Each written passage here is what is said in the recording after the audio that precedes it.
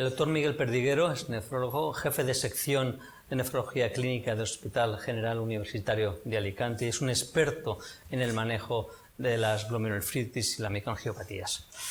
Miguel, en tu experiencia, seguro que has tenido pacientes que has iniciado tratamiento con eculizumab en pacientes con síndrome hemolítico urémico atípico secundario. ¿Cuál es tu experiencia? Bueno, mi experiencia es que ha ido evolucionando con el tiempo. Es decir, el planteamiento en el que yo siempre defiendo es que un paciente tiene una microangiopatía trombótica, tiene un síndrome hemolítico urémico y a posteriori ya veremos si es primario, secundario, atípico, hay un test genético.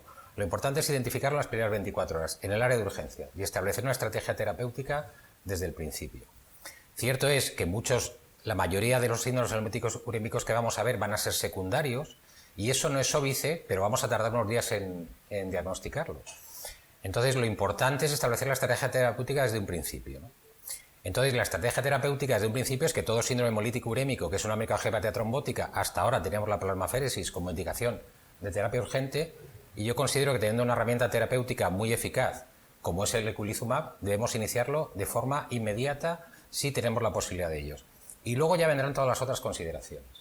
Pero la primera opción, en un paciente con una microangiopatía trombótica habitualmente acompañado de fracaso renal, hipertensión, presencia de las alteraciones típicas de la MAT, pues si tenemos la posibilidad y el arma la tenemos en la estantería de la nevera de farmacia, no deberíamos prolongar el uso del tratamiento con este tipo de fármacos. Quizás si en una última frase yo te quería preguntar cuál sería la estrategia de uso de eculizumab en estos pacientes, pero me acabas de decir la importancia de la precocidad. Sí, quizá me he anticipado, pero es que yo creo que es el mensaje importante, es decir, que no hay que dilatar los procedimientos diagnóstico-terapéuticos con otra serie de herramientas terapéuticas, fundamentalmente la plasmaféresis, para iniciar, porque es súper importante el tratamiento precoz con este tipo de fármacos para detener el daño endotelial y prevenir la aparición de fracaso renal.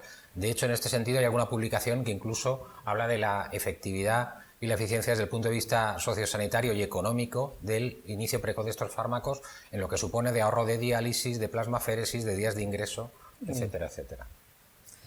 Estamos en el siglo o en la era de la genética. Entonces, ¿tú en qué pacientes con microangiopatía trombótica realizarías un test genético? Pues revisando estas últimas semanas el tema, a todos, hace poco me consultaron por un paciente que venía de Estados Unidos y bueno, un síndrome nefrótico en un niño y le habían hecho el estudio entero del exoma. O sea, eso dicen que dentro de nada va a costar menos de 100 euros. Y el problema que tenemos con los test genéticos es que muchas veces pensamos que nos va a dar la clave y en este caso, en la práctica que nos movemos nosotros, están tardando meses. A veces estamos hablando de medio año en tener el resultado, con lo cual si esperamos tener el resultado de un test genético para iniciar una terapéutica, pues pierde la efectividad. Ayer, estaba releyendo unos serie de artículos y ya hay algunos kits de diagnóstico que hacen un panel completo de alteraciones del complemento, que algunas están en 3 días en Estados Unidos y las que más tardan 4 semanas, ¿no? Dije, bueno, el problema es cuánto cuesta eso y si se puede implementar esas técnicas diagnósticas. Una vez dicho esto, cualquier paciente de mayor de 18 años, sin antecedentes de patología, que debuta con un cuadro de una microangiopatía trombótica, yo creo que es mandatorio realizarlo. Y luego todas aquellas causas secundarias en las cuales la terapia iniciada para revertir la causa inicial del hemolítico no acaba de funcionar, entonces los pacientes también deberíamos realizar estudio genético para descartar que no hubiera alguna modificación genética que estuviera debajo de la causa que en esta causa secundaria acabará produciendo la microangiopatía trombótica. En efecto, casi todos. Tenemos un problema, ¿no? Pero tenemos un problema con los test genéticos. Es decir, en este momento has dicho que nos tardan mucho, existen posibles nuevas alternativas para ser más precoces en ofrecer los resultados, pero por lo que sea, tú a un paciente con una sospecha muy elevada has realizado o has pautado un tratamiento con eculizumab. Y llega un test genético que es negativo. ¿Qué harías con este paciente? ¿Le suspenderías el eculizumab? Depende del tipo o perfil de pacientes. ¿Cuál es tu actitud?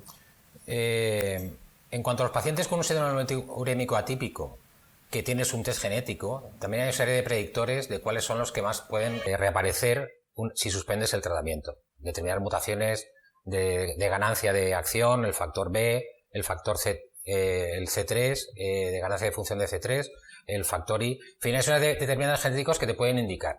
Como tú bien dices, el problema cuando tú has iniciado la terapia, especialmente en el escenario de pacientes de más de 18 años que debutan con una hipertensión, que podemos saber si es una hipertensión acelerada con microangiopatía trombótica, y no sabemos si eso es algo porque el paciente es hipertenso o no se ha controlado, había tomado cocaína y además acelera la hipertensión, o tiene una nefropatía IgA, pero que hemos iniciado tratamiento con éxito, porque la verdad es que el inicio del tratamiento con este fármaco rápidamente revierte las alteraciones analíticas y el paciente te lo nota, en 48-72 horas dice, no sé qué me ha puesto usted, doctor, que yo estaba muy malo y ahora estoy la mar de bien. Es decir, que parece... Y le he bajado la yo siempre le digo, y todo. Estoy un día por ponerme esto, porque si se pone está usted tan mal y de pronto se pone tan bien, como que quisiera probarlo, ¿no? Por decirlo de alguna manera, ¿no? Entonces, en los pacientes en los cuales el test genético es negativo, parece que hay un cierto grado de consenso en que la terapia se debe, una vez instaurada, completar hasta 3 meses. Si el paciente ha estabilizado la función renal, no hay datos de hemólisis. Hay gente que dice que aquí se podría suspender el tratamiento y otros aconsejan mantenerlo hasta los 6 meses. Por supuesto, en el caso de suspender el tratamiento, que supone que el paciente vaya cada 15 días al hospital a ponerse una medicación, con lo cual al principio está contento porque se ha curado, pero cuando pasan 6 meses dice, oiga usted, esto es para mucho tiempo porque interfiere en mi trabajo, pues cuando decidimos y pensamos que el paciente estuviera con una causa secundaria relacionada con la hipertensión, hacemos un control estrecho. Hay gente que dice cada 15 días, inicialmente cada 15 días es muy difícil establecer ese tratamiento. Algunos autores dicen que le dan al paciente una tira de Albustix con hematuria por si detecta aparición de aumento de la proteinuria o la hematuria, pero yo siempre les digo que se tomen la tensión 2 o 3 veces al día. Mi experiencia, los pacientes que vuelven a presentar un brote de síndrome hemolítico urémico se lo notan enseguida. A la semana dice, doctor, me noto raro, ¿no? Entonces, la hipertensión es el primer dato que reaparece. En el 80 y pico por ciento de nuestros pacientes tienen hipertensión muy importante, y el peor control de la tensión es el factor clave, y por supuesto, inicialmente determinaciones analíticas periódicas. La LDH, la aptoglobina, para mí es un factor muy sensible a determinar. A veces las plaquetas tardan más en bajar, pero ya digo, la aptoglobina, la anemia, la trombopenia, la aparición de microhematuria y proteinuria no en rango nefrótico, son factores que nos ayudan a pensar que el paciente puede estar en una aparición, lo cual obligaría a reiniciar el tratamiento en estos pacientes. Siempre asegurando que esté bien controlada la hipertensión, que es un factor muy clave en estos casos. Un aspecto muy importante es lo que acabas de comentar. Uno se plantea suspender el tratamiento con Eculizumab, y entonces tienes que tomar unas actitudes. Y yo te iba a preguntar, pero lo has medio respondido, si realmente cuando te planteas suspender el tratamiento o lo suspendes, ¿qué parámetros son los que hay que seguir para la evolución del paciente? Lo has comentado, la hipertensión arterial es una microangiopatía, lesión de vaso, que probablemente es lo primero, y el resto de parámetros de función renal. ¿Con qué frecuencia ves estos pacientes? Inicialmente, ten en cuenta que cuando están con Eculizumab lo estamos viendo cada 14-15 días, ¿no? Que es cuando le estamos poniendo la medicación. Cuando suspendemos, inicialmente el paciente también pasa un poco de susto. Doctor, si me quita esto, me puede pasar. Inicialmente las primeras revisiones las vamos a pasar a los 15 días, a ver cómo está el paciente, para luego pasar al mes y luego pasar cada 2 meses, con el paciente entrenado. También depende mucho, como tú sabes perfectamente, ¿me fío del paciente o no me fío del paciente? Como yo digo, modelo no entiende mucho, o modelo que entiende demasiado y va a estar todos los días llamándome porque la tensión por la noche la ha subido a 16 y no sabe si tomarse la pastilla, ¿no? Yo creo que la experiencia de muchos años de práctica clínica nos dice cómo podemos estirar la goma en las revisiones en este tipo de pacientes, ¿no? Pero inicialmente, pues como en todo, igual que los trasplantes, cada semana, cada 15 días, un mes, cada 2 meses, y este seguimiento estrecho, la mayoría de las guías dicen que se debe prolongar al menos durante 24 meses. De verdad que es un placer, Miguel. Quisiera acabar con una pregunta no nefrológica. Yo sé que tú eres una persona aficionada al deporte y te gusta y lo practicas. Y si tuvieras que elegir entre hacer bicicleta o ver un partido de rugby de las 6 naciones, ¿qué elegirías? Si fuera una Irlanda-Inglaterra, probablemente el 6 naciones. Si no fuera ese partido, por la rivalidad, pues probablemente poder ir en bicicleta a ver uno de estos partidos a cualquier de las capitales europeas, que es una experiencia que se la aconsejo a todo el mundo.